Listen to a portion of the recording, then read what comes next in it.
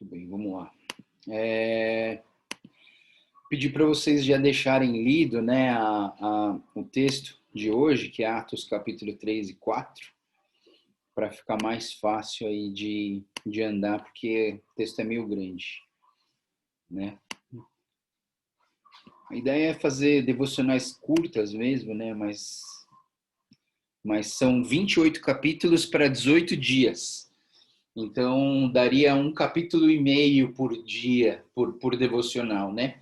Então, não está sendo uma devocional seguida, assim, não tem texto para você ler todos os dias, mas eu estou trazendo a devocional só nessa terça, quinta e sábado. Isso não significa que você só vai ler a Bíblia terça, quinta e sábado, tá, pessoal? leia a Bíblia todo dia, tá bom? Ah, tá, eu só vou ler a hora que o Joel dá a devocional, senão eu não vou ler. Não. Leia a Bíblia todo dia, siga uma sequência, né? Por exemplo, muito interessante quando a gente está falando de Espírito Santo e você lê algumas cartas paulinas, por exemplo, como 1ª e 2ª Coríntios, né? É muito interessante ver a ação de Deus, a carta de Efésios, Colossenses, como que Paulo instrui Timóteo, 1ª e 2ª Timóteo, né? E aí você vai seguindo essa sequência junto com as devocionais. Deixa o Atos comigo e você vai estudando outros textos, tá bom? Para a gente poder ir aprendendo. Então vamos lá. Eu vou ler o texto aqui. Quer abrir? Ou você está com o celular? Aqui minha mãe está aqui. Vamos abrir o texto aqui em Atos capítulo 3 e 4. E a gente vai dividir em alguns blocos aqui que eu separei para a gente estar lendo, tá bom? E aí eu vou considerar que a gente já leu o texto e eu já vou partir direto para devocional e para a parte que vai acrescentar a gente em alguma coisa. Sempre meu foco aqui nessa devocional é ver a ação do Espírito Santo através dos apóstolos e como que a gente pode transportar isso para as nossas vidas, tá bom? Vamos lá, quero tentar acabar aqui em menos de meia hora para a gente poder ter um tempo de qualidade de oração, tá bom? Vamos lá, então o texto, lembrando que o capítulo 1, Jesus ainda estava na terra, ele declarou para os discípulos, permaneçam aqui, vocês receberão poder quando descer o Espírito Santo sobre vocês. No capítulo 2 é o Pentecostes, onde o Espírito Santo desce sobre as pessoas, a igreja é inaugurada, e Pedro faz a primeira pregação dele, uma pregação poderosa, 3.000 pessoas se converteram. Hoje a gente vai ver, então, o que acontece quando essas pessoas são cheias do Espírito Santo. Essas pessoas, elas experimentaram um poder sobrenatural, elas entenderam a ressurreição de Jesus Cristo, e não tem nada que segura essas pessoas. Você entende, pessoal? Agora, a gente, muitas vezes na nossa vida, qualquer coisa segura a gente, né? Qualquer coisa já amarra a gente para não fazer a obra de Deus. É porque eu estou cansado, é porque eu vou fazer uma coisa, é porque eu vou fazer compra, é porque eu vou fazer isso, fazer aquilo. Várias coisas impedem a gente, né? Eu queria que vocês olhassem hoje esses discípulos, nada impedia esses camaradas de buscarem a Deus e de fazer a vontade dele, né? Mas a gente não, a gente é sempre muito fraquinho, né? A gente sempre fica reclamando das coisas, reclamando que não dá tempo, que eu tô cansado, que eu preciso fazer isso, que eu fazer aquilo, né? Sendo que na pandemia a gente nem tem muita coisa para fazer, né? Quer dizer, tem gente que cria coisas para fazer, né? Mas vamos lá. Então, Atos capítulo 3, ele começa assim. A gente vai começar do versículo 1 até o 10, né? E ele diz assim, certo dia, Pedro e João estavam subindo no templo na hora da oração às 3 horas da tarde. A primeira coisa que eu queria que você pensasse comigo é que esses discípulos, eles tinham uma rotina normal de oração. Eles tinham uma rotina normal de oração, né? Primeira pergunta que eu faço é: você tem uma rotina de oração? Né? Ou será que você só ora quando mandam você orar? Ou será que você só ora quando a gente vai comer? Ou será que você só ora quando você está precisando de Jesus? Você entende? Então, assim, os discípulos eles estavam criando entre eles uma cultura de oração, uma forma de olhar para a oração como algo que faz parte do meu dia a dia. Né? E eu vejo pessoas falando assim, ah, pastor, mas eu não sinto a presença de Deus. Ah, pastor, mas eu não vejo o Espírito flui dentro de mim. A pergunta é, você tem criado uma cultura de oração? Você tem se colocado na presença de Deus para que Deus te flua através de você? Não. Então como que você quer que o Espírito Santo, como que você quer matar a sede se você não bebe água? Você entende? A gente precisa criar essa cultura. O texto diz assim, estava sendo levado para a porta chamada Formosa, um aleijado de nascença. E ali era colocado todos os dias para pedir esmola aos que estavam no templo. Vendo Pedro e João que iam entrar no templo, pediu-lhes a esmola. E João e Pedro olharam bem para ele, e então Pedro disse: olhe para nós. É uma coisa interessante você pensar nessa frase, né? Por que Pedro e João olharam para ele e por que o Pedro disse: olhe para nós, né? Então, assim, é importante a gente ver que Pedro e João eram pessoas comuns, eram pessoas normais, mas eles tinham algo diferente, né? Eles tinham o Espírito Santo de Deus. E eu penso que, sabe, pessoal, às vezes a gente é tímido e não quer aparecer, sabe? A nossa timidez impede a gente de aparecer, mas às vezes o fato de você não aparecer também não aparece o Espírito Santo.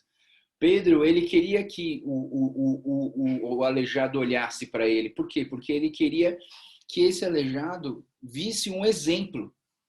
Pedro e João eram um exemplo. Aí eu pergunto para você, você tem sido exemplo para outras pessoas, né? E eu penso assim, que nesse sentido, que Pedro chamou o aleijado para olhar para ele. O homem olhou para eles com atenção, esperando receber alguma coisa, né? É claro, né? Você vê uma pessoa, você pediu um negócio, a pessoa fala, olha para mim. Aí o cara olha e fala, oh, beleza, né? Que nem aqueles caras que vendem coisa na rua, né? No trânsito, né? No farol vermelho. Alguém olhou para eles, pronto, vai comprar, né? Eu vou vender alguma coisa. Mas não, olha só o que Pedro disse. Pedro disse, não tenho prata nem ouro, mas o que eu tenho, isso eu lhe dou, em nome de Jesus o Nazareno, ande.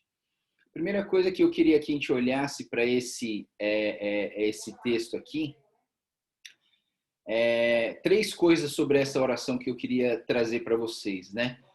Primeiro eu tinha falado aqui sobre esse tempo de oração, né? Que a gente precisa fluir.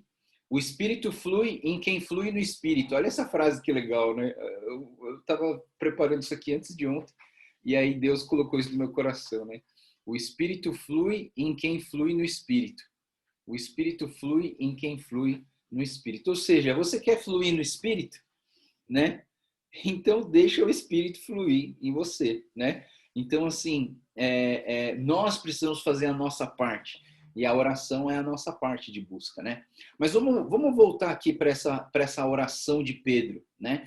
Essa oração de Pedro é muito, muito importante. Tem gente que usa essa oração de forma errada, né? Então, por exemplo, vou mostrar para você uma forma errada de usar essa frase. O camarada vai numa festa de aniversário e esqueceu de comprar o presente. Aí ele chega para o aniversariante e fala assim, não tenho prata nem ouro, mas o que eu tenho isso eu lhe dou, em nome de Jesus Nazareno ande. Você entendeu? É assim que usa errado essa oração, né? Essa oração é assim. A gente costuma fazer essa oração quando a gente não quer doar alguma coisa nossa para alguém. A gente fala assim, olha, não tem ouro nem prata, então o que eu tenho eu lhe dou, em nome de Jesus Nazareno ande. Né? Então, assim, eu acho que tem momentos na nossa vida que a gente não tem nada para oferecer, mas a maioria das vezes a gente tem alguma coisa para oferecer, mas a gente não oferece porque a gente, muitas vezes é nosso egoísmo, nossa carnalidade, às vezes nós somos meio mesquinhos mesmo, né, de não querer dar o que é devido ou o que o que a pessoa uma forma de abençoar os outros. E aí a gente fica colocando essa frase aí, né? Não tem ouro nem prata. Eu quero trazer para vocês 3 pontos importantes dessa oração de Pedro, né? Não tenho prata nem ouro, mas o que tenho, isso eu lhe dou em nome de Jesus Nazareno antes. Primeira coisa que eu queria que você pensasse nessa oração e no fluir do Espírito Santo em nós, é que a oração ela é voltada para valores espirituais e não materiais. Quando a gente ora por valores espirituais. A gente não ora especificamente por valores materiais, porque claro que você pode pedir o material, você pode pedir uma cura, você pode pedir uma ajuda para pagar suas dívidas, você pode pedir um emprego. Tudo isso é material, mas é importante que você foque nos valores espirituais, porque os valores materiais, Deus vai dar se Ele quiser, mas o que nós precisamos focar é nos valores espirituais. Na nossa oração, a gente ora por valores espirituais, né? Então, quando ele fala não tenho ouro nem prata, né? O que ele está falando? Ele está falando assim, olha, os valores materiais são menos importantes do que os valores espirituais. E aí eu digo para vocês, o que é mais importante? Uma pessoa ser curada da leucemia ou uma pessoa receber a salvação em Cristo Jesus? Você entende, pessoal? É muito simples. A pessoa pode ser curada da leucemia e depois ela vai morrer no inferno. O que é mais importante, os valores espirituais ou os valores materiais? Claro que a gente vai orar por uma cura, por uma pessoa que está com câncer. A gente vai orar. Mas o que tem que estar no centro, na essência da minha oração? Os valores espirituais. Que essa pessoa conheça Jesus, que essa pessoa tenha certeza e graça na sua salvação em Cristo Jesus. Segunda coisa que eu vejo nessa oração é que a oração ela é sobre algo dentro de mim e não em mim, né? Ou seja, ele fala assim, mas o que tenho, isso eu lhe dou. O que tenho, isso eu lhe dou, né? E o que você tem, né? Não é o que você, a sua capacidade, não é porque você fala bem, não é porque você tem dinheiro, não é porque você tem conhecimento e vida cristã. Nossa, eu já estou na vida cristã há 15 anos, né? Não é por causa da sua experiência, é por causa daquilo que flui de dentro de você. Você entende, pessoal? Não é a capa, é o conteúdo.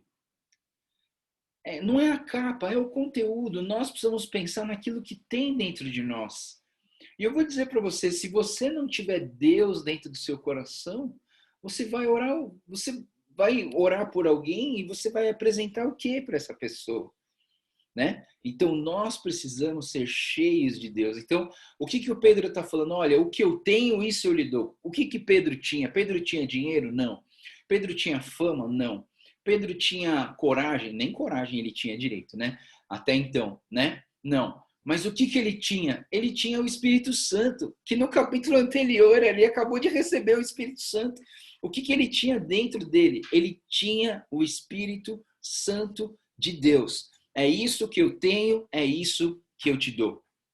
Né? Então, nós precisamos entender que a oração é sobre algo que tem dentro de mim e não em mim. Não é eu que faço, mas é o Espírito que faz. E terceira coisa que eu vejo super importante nessa oração de Pedro é que o poder da oração está no nome de Jesus e não no meu. Né? O poder da oração é por isso, pessoal, que a gente sempre ora em nome de Jesus. A gente ora em nome de Jesus porque o nosso nome não tem poder nenhum, né? Não tem poder nenhum. Às vezes eu fico pensando, né? Às vezes eu penso assim, que poder que eu tenho, né? Aí outro dia eu pensei assim, não, eu tenho poder sobre as minhas filhas, né?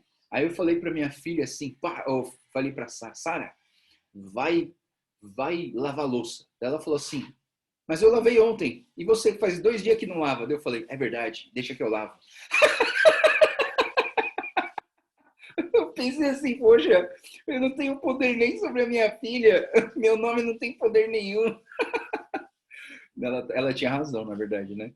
Então, assim, por isso que nós precisamos orar no nome de Jesus. O nome de Jesus tem poder, né? O nome de Jesus tem poder. O nosso nome não tem poder algum. Vamos lá. Aí depois, aí começa então a pregação de Pedro, porque depois que ele fez esse sinal, essa maravilha, né? E voltando aqui para o texto, é interessante você entender que segurando, o texto fala assim, desculpa, eu pulei essa parte.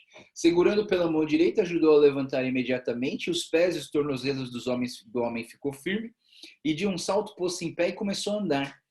E depois entrou com eles no pátio do templo, andando e saltando e louvando a Deus. Quando todo mundo viu andando e louvando a Deus, reconheceu que era o homem que costumava mendigar, sentado à porta do templo chamado Formosa. Todos ficaram perplexos e muito admirados com o que tinha acontecido. Então, o que acontece, né, pessoal? E aqui eu vou falar um pouquinho de milagre, né? O milagre o crente que busca milagre é um crente que está no caminho errado. O crente que busca milagre é um crente que está no caminho errado. A gente não busca milagre, a gente busca o Deus de milagres, né? Se o milagre vai acontecer ou não vai acontecer, não depende de mim, depende de Deus. O que depende de mim? O que depende de mim é a pregação do Evangelho.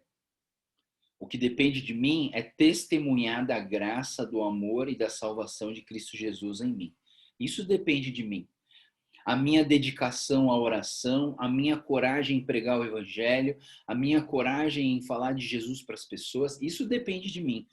O milagre não depende de mim, a conversão não depende de mim, a ação do Espírito Santo que vai curar as pessoas não depende de mim, depende de Deus, né? Então, assim, e o que acontece, né? No texto anterior a gente viu que sinais e maravilhas acompanham a pregação da palavra de Deus. Então, assim, por que eu, pastor Joel, já vi vários milagres acontecerem? Não é porque eu sou melhor que você, é porque eu estava pregando. E na pregação, o milagre, os sinais e maravilhas acompanham a pregação para que as pessoas creiam no Senhor Jesus, para que as pessoas creiam na palavra. Então vamos lá, aí vamos falar sobre a pregação de Pedro. Eu sempre gosto de ver as pregações, né?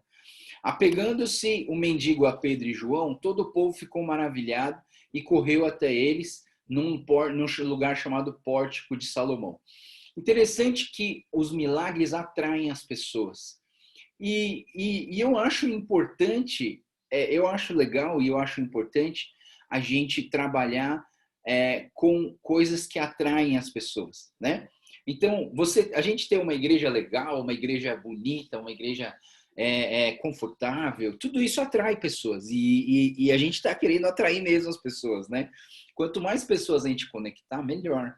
Eu sou dessa opinião. Agora, claro que o meu objetivo não é encher a casa.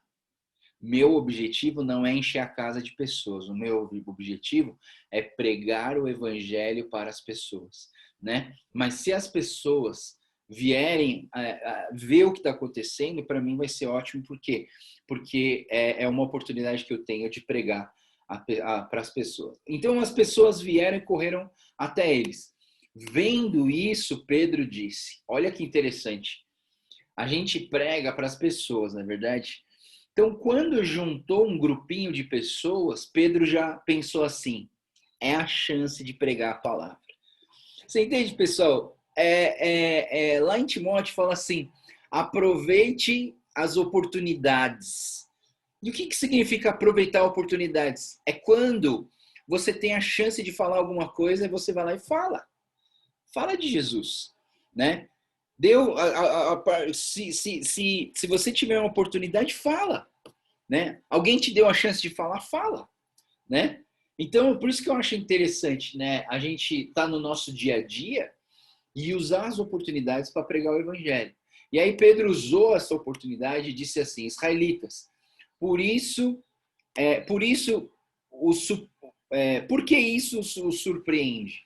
Por que esse milagre assustou vocês? Por que vocês estão olhando para nós como se nós tivéssemos feito esse homem andar por nosso próprio poder ou piedade, né? Então é interessante que Pedro, ele está usando essa situação para chamar a atenção de pessoas. E aí começa a mensagem de Pedro. Pedro começa dizendo assim, o Deus de Abraão, de Isaac e Jacó, o Deus dos nossos antepassados, glorificou seu servo Jesus, a quem entregaram para ser morto, e negaram perante Pilatos, embora ele tivesse decidido soltá-lo. Vocês negaram publicamente o santo e justo e pediram que lhes fosse libertado um assassino. Vocês mataram o autor da vida, mas Deus o ressuscitou dos mortos e nós somos testemunhas disso. Lembra do que eu falei antes de ontem para vocês? Como que você olha para um texto e transforma esse texto numa pregação? Você tem que encontrar 3 coisas nesse texto: o problema, a graça e a missão. Se você encontrar o problema, a graça e a missão, você consegue montar uma pregação em cima de um texto bíblico. Um texto, uma pregação que tem pé, meio e cabeça, né? Então, assim, aqui nessa primeira parte da pregação de Pedro, Pedro está apresentando o problema. Qual que era o problema? O problema somos nós que vivemos na nossa carnalidade e por causa da nossa carnalidade nós matamos Jesus, né? Que era o autor da vida. Mas e aí aqui já tem um pedaço da graça. Qual que é a graça de Deus? A graça é que Deus ressuscitou dos mortos e nós somos testemunhas disso. Então a gente já tem o problema e a graça aqui nesse momento. E aí Pedro começa aqui nessa outra parte que eu coloquei de verde aqui, ele começa a falar então sobre Jesus Cristo. Pela fé no nome de Jesus, o nome que curou esse homem, vocês veem e o conhecem. A fé que vem por meio dele lhe deu essa saúde perfeita, como todos podem ver. Agora, irmãos, eu sei que vocês agiram por ignorância, bem como seus líderes, mas foi assim que Deus cumpriu o que tinha predito por todos os profetas, dizendo que o seu Cristo haveria de sofrer. Então, agora, Pedro, ele está apresentando Jesus. Pedro está falando, olha, quem curou esse homem não fomos nós. Quem curou esse homem foi o Jesus em nós. Foi por causa desse Jesus que nós vemos esses milagres, né? Eu sei que vocês foram ignorantes e vocês não aceitaram a mensagem na hora que ela foi pregada. Mas Pedro está falando, agora é hora de você abrir o seu coração e ouvir o que ele tem para fazer. E agora vem, qual é a missão? O que você precisa fazer? Olhando essa pregação, o que você precisa fazer? Aí o Pedro fala assim, arrependam-se, pois, e voltem-se para Deus, para que os seus pecados sejam cancelados, para que venham tempos de descanso da parte do Senhor, e ele mande o Cristo, o qual lhe foi designado. Então, assim, qual que é a missão, né? A missão é essa: arrependam-se e voltem-se para Deus. Olha só, a pregação já poderia ter terminado aqui por conta de da gente ter 3 pontos principais nessa mensagem. A gente tem a apresentação do problema, a apresentação da graça e a apresentação da missão. A pregação poderia acabar aqui, mas Pedro, ele continua na sua pregação e ele diz assim, é necessário que ele permaneça no céu até que chegue o tempo em que Deus restaurará todas as coisas, como falou há muito tempo por meio dos seus santos profetas. Pois Moisés, o Senhor lhes levantará, pois disse Moisés, o Senhor lhes levantará dentre os irmãos um profeta como eu, ouçam-no em tudo que ele disser. Quem não ouvir esse profeta será eliminado no meio do meu povo. De fato, todos os profetas de Samuel em diante, um por um, falaram e predisseram esses dias. E vocês são herdeiros dos profetas e da aliança que Deus fez com seus antepassados. Ele disse a Abraão, por meio da sua descendência, todos os povos da terra serão abençoados. Então, o que o texto está querendo dizer aqui para a gente? O que essa pregação de Pedro está querendo trazer para a gente aqui? Que você entendendo o problema, você entendendo a graça, você entendendo a missão, você também precisa aprender a esperar no Senhor e ouvir a voz do Senhor. Por quê? Porque tem mais coisas que Deus quer revelar para nós. E os profetas, eles falavam sobre esse que viria e que nós deveríamos ouvir esse profeta. Então, de fato, todos os profetas de Samuel em diante, um por um, falaram e predisseram sobre esses dias que nós estamos vivendo. né? Sobre esses dias que nós vamos ouvir a voz dos profetas e de Deus. E aí o resultado de tudo isso está aqui. O resultado da pregação de Pedro está aqui. Tendo Deus ressuscitado o seu servo, vocês enviou, tendo Deus ressuscitado o seu servo, enviou-o primeiramente a vocês para abençoá-los, convertendo cada um de vocês das suas maldades, né? Então, assim, essa é a conclusão que Pedro traz dessa pregação, né? Essa pregação de Pedro. Aí no capítulo 3, ainda do versículo 11 até o 26, a gente vê o Pedro e João perante o Sinédrio. Então, porque eles fizeram o milagre, porque eles pregaram o evangelho e trouxeram a mensagem de Jesus, eles agora começam a ser perseguidos por causa da mensagem. Enquanto Pedro e João falavam ao povo, chegaram os sacerdotes, o capitão da guarda do templo e dos saduceus, e eles estavam muito perturbados porque os apóstolos estavam ensinando ao povo e proclamando em Jesus a ressurreição dos mortos. Só lembrando, tá, pessoal, quando os discípulos falam sobre a ressurreição dos mortos, a gente precisa lembrar desses caras aqui, ó, os saduceus. Os saduceus, eles eram uma linha de judeus que não acreditavam na ressurreição. Então, para eles era um absurdo você falar sobre ressurreição para as pessoas. O que eles fizeram? Agarraram Pedro e João e, como já estava anoitecendo, colocaram eles na prisão até o dia seguinte. Mas olha só o que acontece, pessoal, com o sofrimento dos líderes. Olha só o que acontece com líderes cheios do Espírito Santo e que mesmo em perseguição, mesmo com dificuldade, não desistem da obra do Senhor. Diz aqui, mas muitos dos que tinham ouvido a mensagem creram, chegando o número de homens que creram perto de 5.000 pessoas. Eu quero dizer para vocês que o quê? Que nós, líderes, nós pessoas que estamos servindo o evangelho, nós não podemos nos amedrontar contra palavras que venham ameaçar e opor a mensagem de Cristo. Eu não estou falando aqui que você tem que sair na rua de agora em diante, enfrentar a Covid e ficar falando de Jesus para as pessoas porque você não tem medo da morte. Não, não é isso. Né? Isso aí é sacrifício ignorante. Não. A perseguição, muitas vezes, ela vem quando a gente prega o evangelho da verdade, né? E você não precisa ter medo disso. E quando você mostra que você não tem medo porque você acredita na mensagem, muitas pessoas acabam crendo. No dia seguinte, aqui o texto diz: as autoridades, os líderes religiosos, os mestres da lei, reuniram-se em Jerusalém, estavam Anás, sacerdote, Caifás, e mandaram trazer Pedro e João diante deles e começaram a interrogá-los. E aí eles perguntaram isso: por quê? Né? Com que poder e em nome de quem vocês fizeram isso? Olha só, pessoal. Então Pedro, cheio do Espírito Santo, lhes disse. E a palavra de Deus já tinha falado que o dia que você precisar responder algo para alguém importante, que está duvidando da palavra de Deus, aí a palavra de Deus diz que o Espírito Santo vai colocar as palavras nas suas bocas. Então, assim, por isso que eu acho muito legal. Essa parte que está em amarelo aqui foi o Espírito Santo que falou através da boca de Pedro e de João.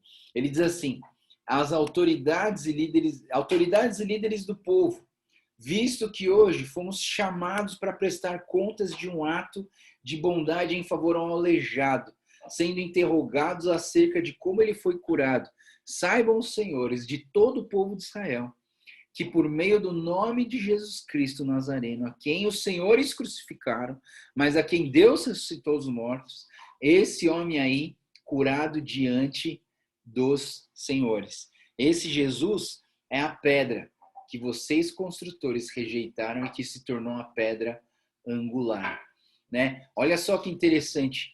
O Pedro, ele está chamando as pessoas para entenderem. Mais uma vez, essa aqui já é uma outra pregação de Pedro, né? Lembra que ali Pedro estava falando com as pessoas curiosas que vieram ver o aleijado. Aqui o texto começa assim: autoridades e líderes do povo. Pedro agora, ele está pregando para as autoridades e líderes do povo, né? E ele está falando, e ele está trazendo, quando ele fala assim, esse Jesus é a pedra que vocês construtores rejeitaram, isso aqui é uma mensagem que estava no Velho Testamento para confirmar a pessoa do Senhor Jesus Cristo. E olha só a conclusão da graça dessa pregação de agora através da vida de Pedro, né? Pedro, ele traz essa mensagem aqui. Não há salvação em nenhum outro, pois debaixo do céu não há nenhum outro nome dado aos homens pelo qual devamos ser salvos. Vendo a coragem de Pedro e João, percebendo que eram homens comuns e sem instrução, ficaram admirados e reconheceram que eles haviam estado com Jesus. E como podiam ver ali com eles, o homem fora curado, nada podiam dizer contra eles, né? Então a gente vê assim que essas palavras foram sim palavras do Espírito Santo através de Pedro e João. Não há salvação em nenhum outro debaixo do céu e não há nenhum outro nome dado aos homens pelo qual devamos ser salvos. Isso aqui é um versículo para decorar, tá, pessoal? Se você é de decorar versículo, anota esse e pendura na geladeira, porque esse versículo aqui é um versículo que a gente precisa decorar, né? Não há salvação em nenhum outro nome, né? Pois debaixo da terra nenhum outro nome é dado aos homens. E aqui eu quero chamar a atenção de vocês que o texto diz assim, vendo a coragem de Pedro e João. E eu pergunto para vocês, da onde veio a coragem de um cara que negou a Jesus e que temeu a morte na hora da crucificação? Da onde veio? E aí eu digo para vocês, veio da ressurreição. Por quê? Porque aquele evento da ressurreição mostrou para Pedro, confirmou várias coisas, né? Como eu falei no domingo passado, né, na pregação. A ressurreição confirma várias coisas. E a ressurreição, ela confirma que a mensagem que nós temos é uma mensagem verdadeira, né? E aí, por isso, por causa da ressurreição, esses caras não temem mais a morte. Por causa da ressurreição, eles não têm mais medo de serem perseguidos. Por causa da ressurreição, eles não têm mais medo de serem retalhados pelas mídias sociais. Por causa da ressurreição, nós não temos mais medo de pregar o evangelho do Senhor Jesus, de orar pelas pessoas, de falar de Deus, de testemunhar da graça, né? E eu penso, sabe, pessoal, se você ainda não tem essa coragem, talvez a gente ainda não experimentou e entendeu a ressurreição de Cristo nas nossas vidas. E aí, o que eu quero, né? Eu tenho pensado nesse tempo aqui de caminho para o Pentecostes, né? Eu quero que cada um de nós tenhamos uma experiência sobrenatural com Deus, com o Espírito Santo. Por quê? Porque se a gente tiver essa experiência sobrenatural com Deus, a gente vai ter essa coragem de Pedro e João. Talvez a sua oração hoje podia ser essa: Deus, me dá essa coragem que Pedro e João tinham quando eles creram na ressurreição de Cristo. Aí o texto fala que os sinédrios se retiraram e começaram a discutir, e eles perguntavam: o que faremos com esses homens? Todos os que moram em Jerusalém sabem que eles realizaram um milagre. Como que a gente pode negar isso? Todavia, né, para impedir que espalhe esse povo, vamos adverti-los a não falarem mais com ninguém sobre esse nome. É tão engraçado isso, né? Eles falaram assim, a gente vai falar para eles, vou proibir eles de falar de Jesus. Impossível, né? Então, chamando-os novamente, ordenaram que não falassem e nem ensinassem em nome de Jesus. E aí que está um ponto-chave desse texto de hoje, né? Mas Pedro e João responderam: julguem os senhores mesmos se é justo aos olhos de Deus obedecer aos senhores e não a Deus, pois não podemos deixar de falar do que vimos e ouvimos. Aí vem o negócio, né? Aí você fala assim, eu não vou tomar vacina não, né? Deus falou para mim não tomar vacina não, pessoal. A gente não está falando aqui, porque as pessoas usam esse texto, muitas vezes fala assim, convém que eu obedeça a Deus do que os homens. Não, mas não é em qualquer situação. Se as autoridades estão falando para a gente fazer uma coisa, a gente vai fazer. Se as autoridades estão falando para a gente ficar isolado, a gente vai isolar, né? Mas assim, se as autoridades falar para mim assim, Joel, você está proibido de pregar o evangelho para as pessoas. Ah, aí não. Aí você mexeu com uma verdade absoluta da palavra de Deus. E aí, nessa hora, eu tenho o direito de não obedecer aos homens, mas obedecer a Deus. Você entende essa desobediência aos homens para obedecer a Deus, ela está conectada a verdades absolutas da palavra de Deus, e não a regras políticas ou instruções sobre a população que a gente vive, né? E depois dessas ameaças, eles os deixaram ir, não tinham como castigá-los, porque todo o povo estava louvando pelo que acontecera, pois o homem fora curado milagrosamente, tinha mais de 40 anos de idade. Capítulo 4, então, né? A gente tem aqui 3 blocos do capítulo 4, 2 blocos e já acaba, tá?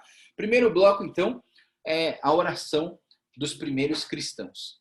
Quando foram soltos, Pedro e João voltaram para os seus e contaram tudo que os chefes e os sacerdotes e líderes religiosos tinham dito. Ouvindo isso, levantaram junto a voz a Deus. Pessoal, isso aqui é muito importante. A oração, ela não é só uma coisa individual, né? Às vezes a gente acha que a oração é só uma coisa individual, né? Você pode orar individualmente? Pode, mas existe muito poder na oração da congregação, a oração do grupo. A palavra mesmo diz assim, onde 2 ou 3 se reunirem em meu nome, ali eu estarei com o meu espírito. Ou seja, é importante que as pessoas orem juntos, que as pessoas orem em uma só voz, né? E a gente busque a presença de Deus para nós. E aqui a oração, vamos dar uma olhada nessa oração que eles fizeram. Eles falam assim, ó soberano, tu fizeste o céu e a terra e tudo que neles há. Tu falaste pelo Espírito Santo por boca do teu servo, nosso pai Davi, porque se enfureceram as nações e os povos se conspiraram em vão. Os reis da terra se levantam e os governantes se reúnem contra o Senhor e contra o seu ungido. De fato, Herodes e Pilatos reuniram-se contra os gentios, contra os povos de Israel nessa cidade, para conspirar contra o teu santo servo Jesus, a quem ungiste. E fizeram com que o teu poder e a tua vontade haviam decidido de antemão acontecesse. Agora, Senhor, considera a ameaça deles e capacita os teus servos para anunciarem a tua palavra corajosamente. Estende a tua mão para curar e realizar sinais e maravilhas por meio do nome do teu santo servo Jesus. Vamos analisar rapidamente essa oração. Primeiro, as pessoas começam a orar dizendo que soberano Senhor, fizeste o céu e a terra. Ou seja, primeira coisa na nossa oração, nós precisamos adorar a Deus. Nós precisamos começar bem, né? Por isso que as nossas inks, a gente sempre começa com agradecimento. A gente precisa começar bem, não adianta começar pesado, falando dos problemas, falando das dificuldades. Vamos começar adorando a Deus. E aí ele fala, tu falaste pelo Espírito Santo por boca do nosso pai Davi. Ou seja, vamos lembrar que o Espírito Santo tem falado com a gente. E aí sim ele apresenta o problema, né? Ele fala o quê? Os reis da terra se levantaram, os governantes se reúnem contra o Senhor. Herodes, o Pôncio Pilatos, reuniram-se contra os gentios e contra os povos de Israel. Ou seja, aqui está a apresentação do problema dentro dessa oração, né? Você não tem problema nenhum você apresentar o problema, orar pela Covid, orar pelo número de mortos, orar pelas polêmicas que estão acontecendo. Não tem problema, a gente pode orar por isso, a gente pode colocar isso nas nossas orações. Mas olha só que interessante. A oração poderosa deles dizia assim, Senhor, considera a ameaça deles, e olha só, essa é a nossa oração. Capacita os teus servos para anunciarem a tua palavra corajosamente. Isso aqui é muito importante, pessoal. Na oração, a gente adorou a Deus, a gente apresentou o problema e agora a gente está pedindo a graça e a missão de Deus sobre as nossas vidas. Capacita os teus servos para anunciarem a tua palavra corajosamente. Estende a tua mão para curar e realizar sinais e maravilhas por meio do seu santo servo Jesus. Né? E é uma coisa interessante, né? Eu nunca experimentei isso, mas diz assim, depois de orarem, tremeu o lugar em que estavam reunidos, né? tremeu o lugar, né? E essa presença de Deus era tão forte nesse grupo que o chão tremeu e todos ficaram cheios do Espírito Santo, né? Eu oro, Deus, para que cada pessoa possa ter essa experiência de tremer a tua casa. Não quero que a tua casa caia, tá? Em nome de Jesus. Mas que você possa experimentar esse derramamento da graça e do Espírito Santo na sua vida. Que você possa ser cheio do Espírito Santo e anunciar corajosamente a palavra de Deus. E para acabar, os discípulos começam aqui depois dessa experiência de perseguição, de milagre, de ação de Deus, de pregação da palavra, de oração congregacional, a gente vê que as pessoas cheias do Espírito Santo, elas começam a fazer o quê? Elas começam a se doar. Pessoal, não tem como uma pessoa cheia do Espírito Santo ficar parada e não ajudar aqueles que necessitam. Não tem como uma pessoa cheia de Deus ficar parada e ficar reclamando da vida. Uma pessoa cheia de Deus, ela vai se doar, ela vai ofertar, ela vai dizimar, porque não é porque estão mandando, é porque o Espírito Santo de Deus conduz essas pessoas a fazerem isso. E aí o que aconteceram? Diz aqui o texto que as pessoas compartilhavam tudo o que elas tinham, né? E aí aqui não tem aquela oração, ô pastor, e aquela oração do não tenho ouro nem prata, mas o que eu tenho eu te dou, né? Não, a gente tem alguma coisa, e se a gente tem alguma coisa, a gente pode compartilhar com as pessoas. Sabe, pessoal, uma coisa que você tem é roupa que você não usa. Interessante isso, né? Ah, eu não tenho nada. Tem sim, você tem roupa que você não usa. Começa a separar essas coisas para a gente começar a ajudar aquelas pessoas carentes que estão precisando, né? E aqui diz, o texto diz, eu coloquei em amarelo aqui, né? O grande poder, com grande poder os apóstolos continuavam a testemunhar da ressurreição do Senhor Jesus Cristo, a grandiosa graça sobre todos eles. Ou seja, os nossos líderes, nós como líderes, não podemos parar de testemunhar da ressurreição do nosso Senhor Jesus Cristo, né? A grandiosa graça sobre eles. E aí haviam pessoas necessitadas entre eles e os que possuíam terras vendiam e traziam dinheiro para venda e colocavam aos pés dos apóstolos que contribuíam segundo a necessidade de cada um. E aqui tem um exemplo, né, de um cara que vai ser muito falado de agora em diante, José, um dos levitas de Chipre, a quem os apóstolos deram o nome de Barnabé. Barnabé significa o quê? Encorajador, né? Eu penso que aquele movimento da Lili, o Mais Barnabés, o que significa Mais Barnabés? Que nós tenhamos mais pessoas que encorajem outras pessoas. Ele vendeu um campo que ele possuía e trouxe o dinheiro e colocou aos pés dos apóstolos. Aqui não diz que ele vendeu a única coisa que ele tinha. Está escrito assim, vendeu um campo que possuía. Talvez ele tinha mais, mas ele vendeu alguma coisa que ele tinha e colocou o dinheiro aos pés dos apóstolos. Para quê? Para que esses apóstolos pudessem usar de maneira que abençoasse as pessoas carentes, né? E eu penso assim, amanhã, na terça-feira, a gente vai ver o capítulo 5. E mesmo diante de pessoas cheias do Espírito Santo que contribuíam para o benefício das pessoas, pode ter problema. A gente vai ver o problema com Ananias e Safira, né? E a gente vai ver problemas acontecem com isso aqui. Tem pessoas que usam esse texto para falar que o evangelho ensina a gente a ser comunista e ensina a gente a ser socialista. Eu não tenho nada contra o socialismo. Eu tenho tudo contra aqueles que usam a política de maneira errada para oprimir o povo, né? Então aqui eu penso nisso, né? Essa ideia de socialismo, ela não foi criada pela humanidade, foi criada pela palavra de Deus. É ajudar, é quem tem ajudar quem não tem. Isso não é reforma tributária, reforma, sei lá que fala das reformas, não. Isso aqui é bíblico, né? Nós precisamos ajudar aqueles que necessitam por causa que aqueles que têm a mais, né? Vamos fechar os nossos olhos nesse momento. Vamos orar, então. Olhando para todo esse texto, eu queria que você pudesse pensar na ação do Espírito Santo na sua vida, né? O Espírito Santo, ele fala aos nossos corações.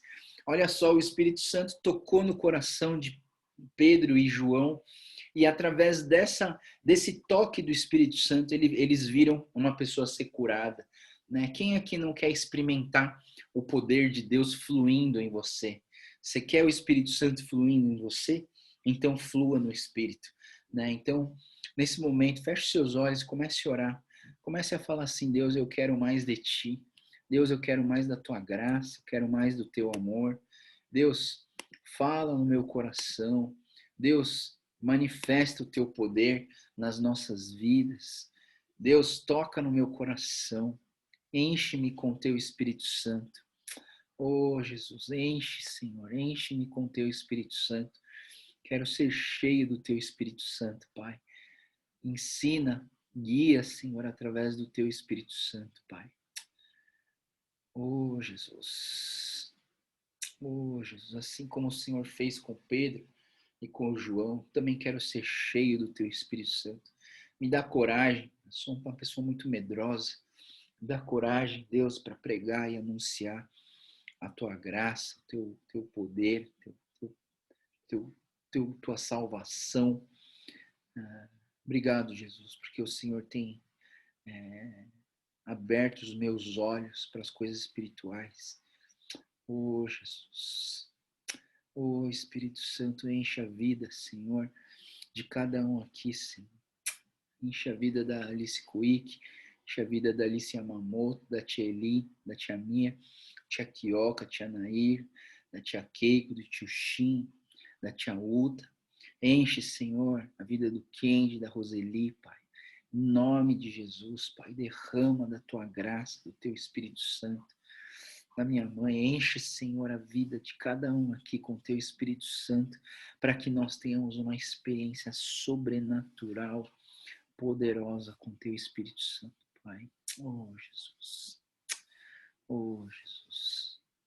Senhor Deus, nós te agradecemos, Pai. Te agradecemos porque o Senhor é um Deus vivo.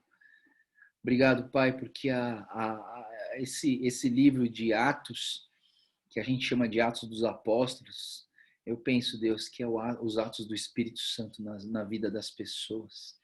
E nós queremos continuar esses atos do Espírito Santo nas nossas vidas, Pai. Assim como o Senhor usou a vida de Pedro e João nesse momento, Pai, usa, Senhor, a nossa vida. Capacita-nos, fortalece-nos, Senhor. Derrama do teu Espírito Santo sobre as nossas vidas. Queremos ter uma experiência sobrenatural com o teu Espírito Santo, Pai. Fala conosco, nós te pedimos, nós clamamos a ti.